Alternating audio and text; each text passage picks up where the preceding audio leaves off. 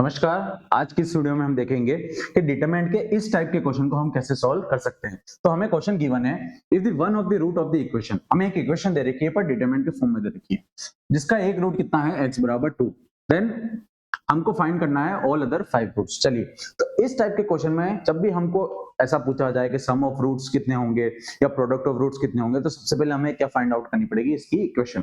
चलिए, तो इक्वेशन हम इस डिटरमिनेंट को सॉल्व करके इजीली पता कर सकते हैं, पर हमारी बेसिक अप्रोच यह रहेगी कि हम इस डिटरमिनेंट को सबसे पहले एक सिंपलीफाई फॉर्मेट में, जैसे रो या कॉलम ट्रांसफॉर्मेशन करके कुछ इजी टाइप का बना ले, ताकि हमें इसको सॉल्व करने के लिए ज्यादा दिक्कत नहीं आए। चलिए, सबसे पहले हम डिटरमिनेंट को लिख लेते हैं। तो हमारे पास 7 2 x square minus 13 6 x square minus 13 3 x square minus 13 2 7 and 0। तो सबसे पहली बेसिक अप्रोच मेरी ये रहेगी कि मैं जितने मैक्सिमम नंबर ऑफ जीरोस इस डिटरमिनेंट में बना सकूं उतने मैं बनाने की कोशिश करूंगा। जैसे कि मैं देख पा रहा हूं यहाँ पे 2 है और यहाँ पे भी क्या है 2। तो ये हमारा कॉलम फर्स्ट है और ये हमारा क्या है, कॉलम सेकंड। अगर मैं कॉलम फर्स्ट में से कॉलम सेकंड को माइनस कर देता हूं by the property of determinant, तो मैं देख पाऊंगा कि यहाँ पे 2 माइनस 2 कितना हो जाएगा, 0। तो कुछ हद तक मेरी मैट्रिक डिटरमिनेंट मैं किसी भी कॉलम या किसी भी रो के ट्रांसफॉर्मेशन उसके रेस्पेक्ट में अगर इसको ओपन करता हूं, तो मेरी कुछ हद तक डिटरमिनेंट थोड़ी इजी हो जाएगी सॉल्व करने के लिए। चलिए, तो हम करके देख लेते हैं। तो हम C1 में ट्रांसफॉर्मेशन लगाएंगे, तो हम C1 में से C2 को क्या करेंगे, माइनस। चलिए, अब हम C1 में से C2 को माइनस कर देंगे। चलिए,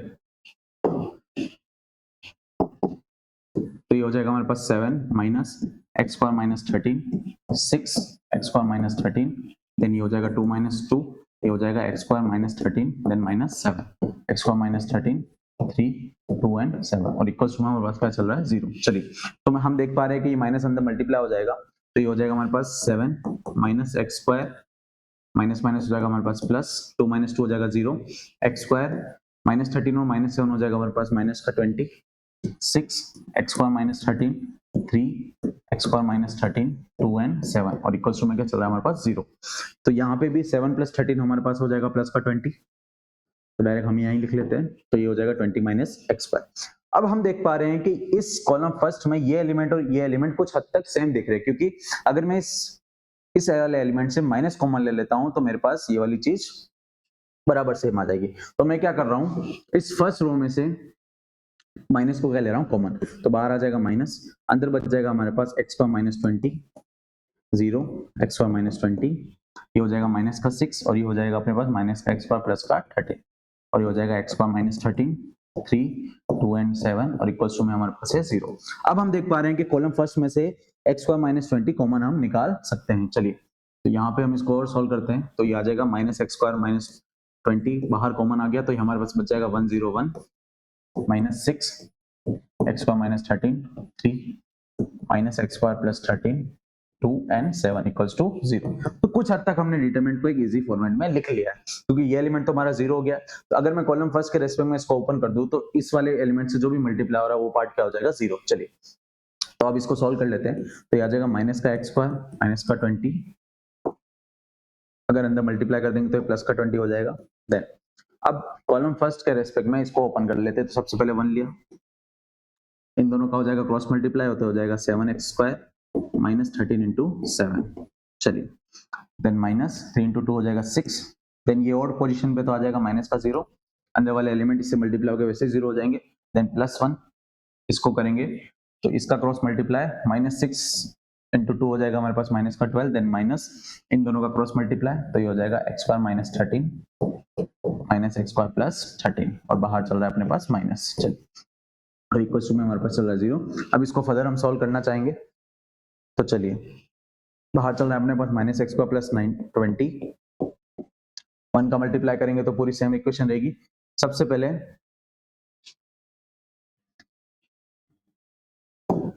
माइनस 13 बाहर है, तो ये आ जाएगा 7x स्क्वायर माइनस 13 इंटू 7। चलिए, अब आ जाएगा अपने पास 7x स्क्वायर 13 इंटू 7 हो जाएगा हमारे पास 91, तो ये आ जाएगा माइनस का 91, फिर माइनस का 6, ये वाला पार्ट पूरा 0 हो जाएगा, देन प्लस माइनस का 12। अब अंदर वाले पार्ट को सॉल्व करना चाहेंगे, बाहर माइनस चल रहा है, सबसे पहले एक्स स्क्वायर का मल्टीप्लाई करेंगे तो हो जाएगा माइनस एक्स की पावर 4, देन प्लस का 13x स्क्वायर, माइनस माइनस हो जाएगा प्लस, तो ये हो जाएगा प्लस का 13x स्क्वायर, माइनस 13 और प्लस 13, तो 13 इंटू 13 हो जाएगा 169, और ये माइनस सिंबल 169 इक्वल्स टू में हमारे पास क्या आ जाएगा 0। चलिए बाहर चल रहा है हमारे पास एक्स स्क्वायर प्लस 20, इसको फर्दर सोल्व करेंगे तो आ जाएगा 7x स्क्वायर माइनस का 97 प्लस माइनस 12 माइनस चल रहा है x की पावर 4, 13 और 13 हो जाएगा प्लस का 26x square minus 169 equals to 0। चलिए इसको बस फर्दर और सोल्व करना है हमें।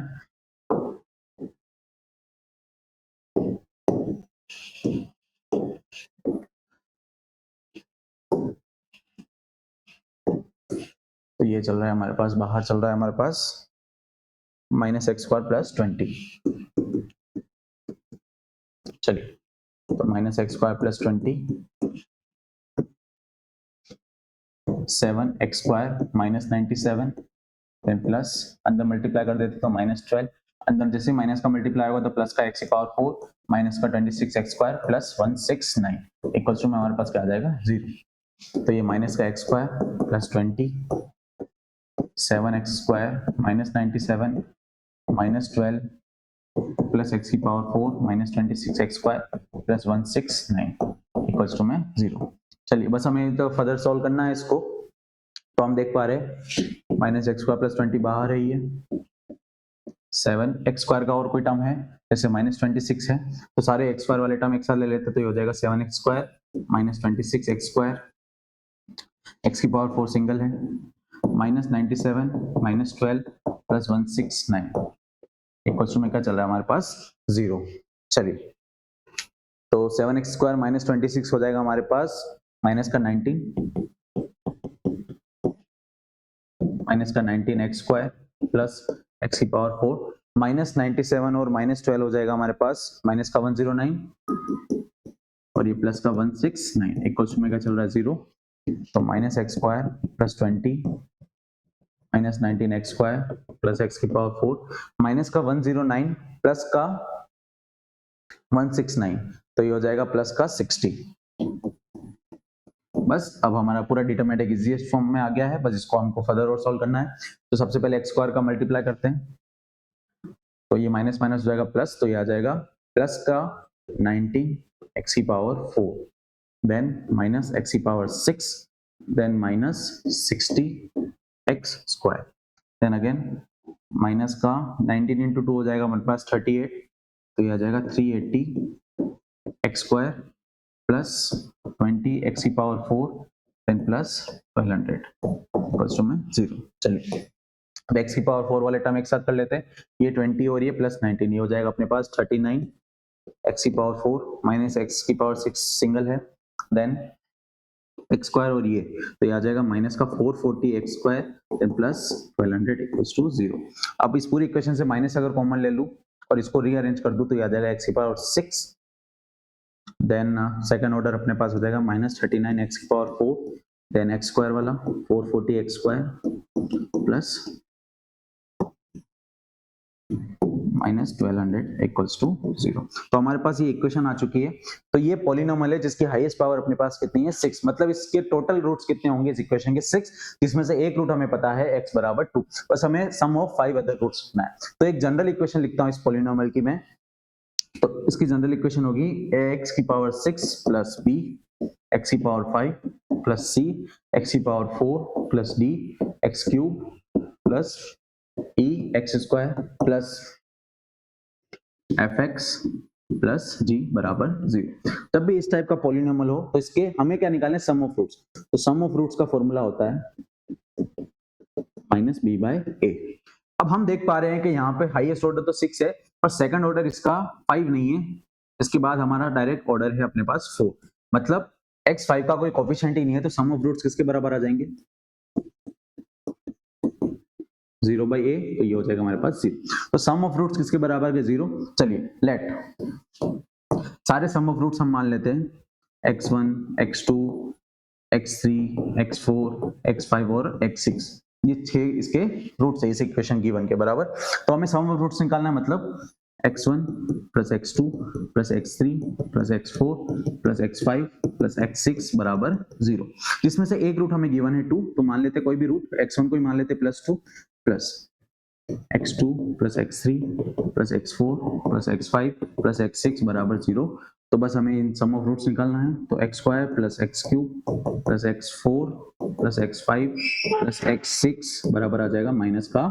तो हम देख पा रहे हैं कि हमको जो सम ऑफ रूट्स निकालने थे उसकी वैल्यू कितनी आ गई, -2। चलिए